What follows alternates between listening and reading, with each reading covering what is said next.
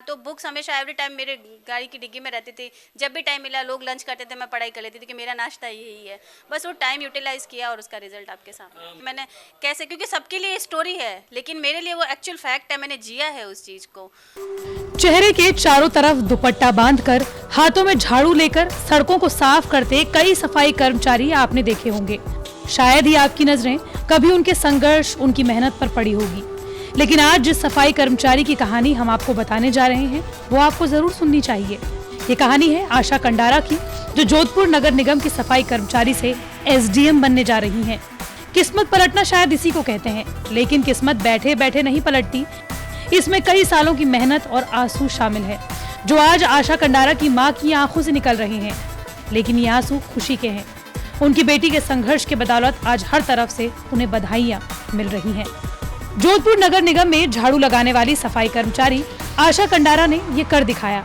वो नगर निगम में झाड़ू लगाने के साथ साथ खाली वक्त में किताबें लेकर बैठ जाती थी। सड़क किनारे, सीढ़ियों पर जहाँ भी वक्त मिलता पढ़ाई शुरू कर देती। आज इन्हीं किताबों के जादू ने उनकी जिंदगी बदल कर रख दी है। राजस्थान प्रशासनिक सेवा में RS 2018 में आशा का चयन अब हो गया है। वो अनुसूचित वर्ग से SDM के पद पर काबिज हो चुकी हैं। लेकिन आशा के लिए इस मुकाम तक पहुंचना आसान नहीं था। 8 साल पहले ही पति से झगड़े के बाद 2 बच्चों के पालन पोषण की जिम्मेदारी आशा पर आ गई।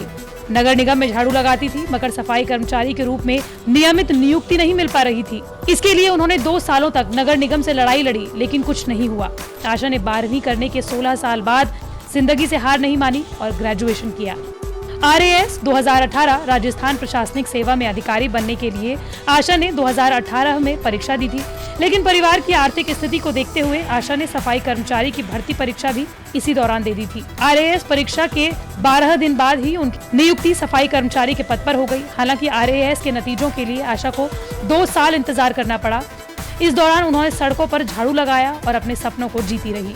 आशा बताती हैं कि उनका सपना RAS ही नहीं बल्कि IAS बनने का है, भले ही इसके लिए उनको कितनी ही मेहनत क्यों न करना पड़े।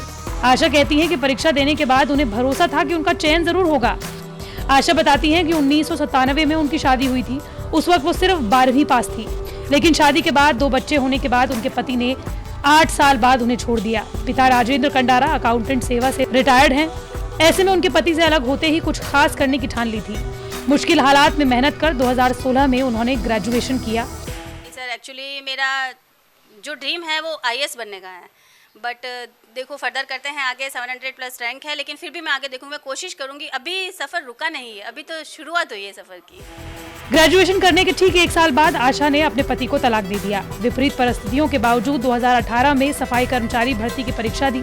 इसके साथ ही RAS प्री परीक्षा की तैयारी भी की, जिसके लिए उन्होंने दिन रात एक कर दिया। ऑनलाइन पढ़ाई के साथ कोचिंग क्लास भी की।